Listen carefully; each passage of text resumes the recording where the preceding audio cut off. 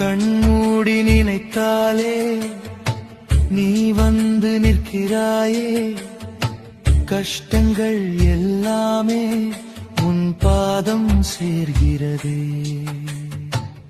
அழகான வேலனே, அருள் தாரும் பாலனே, என் வாழ்வின் மொழியெல்லாம் நீதானே நீதானே.